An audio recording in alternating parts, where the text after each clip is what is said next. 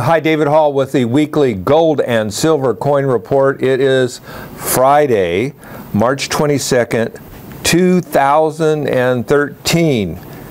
Gold up a little bit this week, closed at 1607.6, up $16.10. Silver was off 3 cents, closing at 28.67.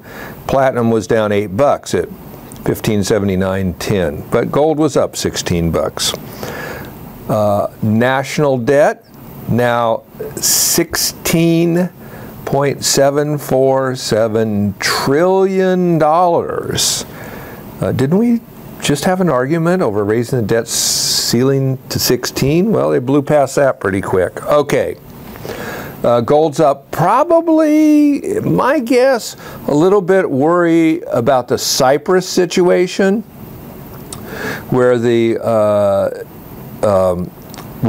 European bank people want Cyprus to balance their deficits or bank insolvency or whatever by taking 10% of people's deposits. That's upset the world markets a little bit, shaking confidence in banks, and I think that's why gold went up a little bit. Or maybe it's just the long-term fundamentals that for the U.S., $1 trillion a year deficits and 0% interest rates are not mathematically sustainable over the long term. Whatever. Anyway. So gold's up. What about the bullion coins? We're still in the same situation vis-a-vis silver with 90% silver bags. That's pre-1965. Dimes, quarters, and halves. The premium has gone sky high, as high as it's been for a long time. So bags are really expensive in our opinion, particularly if you want $half. They're really hard to get, and they're kind of overpriced relative to other silver investments. So we suggest that if you want to buy silver, that you don't look at 90% right at the moment. So it's like Silver Eagles, the 1 ounce U.S. current Silver Eagles, or the old silver dollars, which are our favorite, 1878 to 1935. In terms of the gold coins, everything's relatively stable in those markets. In terms of premiums, it's business as usual, so gold eagles are great, as are BU $20 St. Gaudens, the old pre-1933 U.S. gold, almost 1 ounce coins.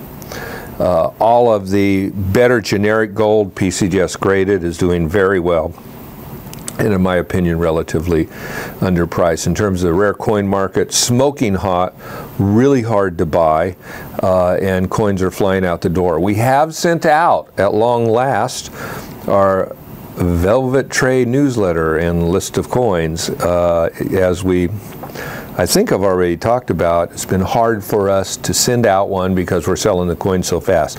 This one, we're only focused on 2 areas, and we explain, and of course, and I explain our comments on the market and the world in general, but we're offering 2 areas of coins that we have semi-good depth in because we've taken huge positions. We believe in this market.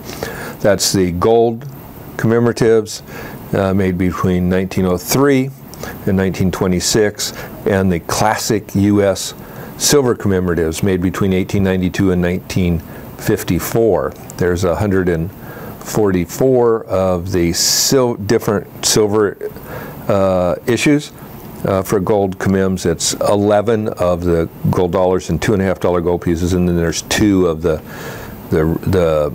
big $50 gold slugs. So it's either 11 coin set for the gold commems, or if you include the fantastic $50 gold slugs, 2.5 ounces of gold or whatever they are, then it's a 13 coin set. So the Velvet Tray lists what we have in that great area. Just want to point out, Van and I have bought a lot of them, so we have some depth to offer you because we really, really like that market. Put our money where our mouth is, so to speak.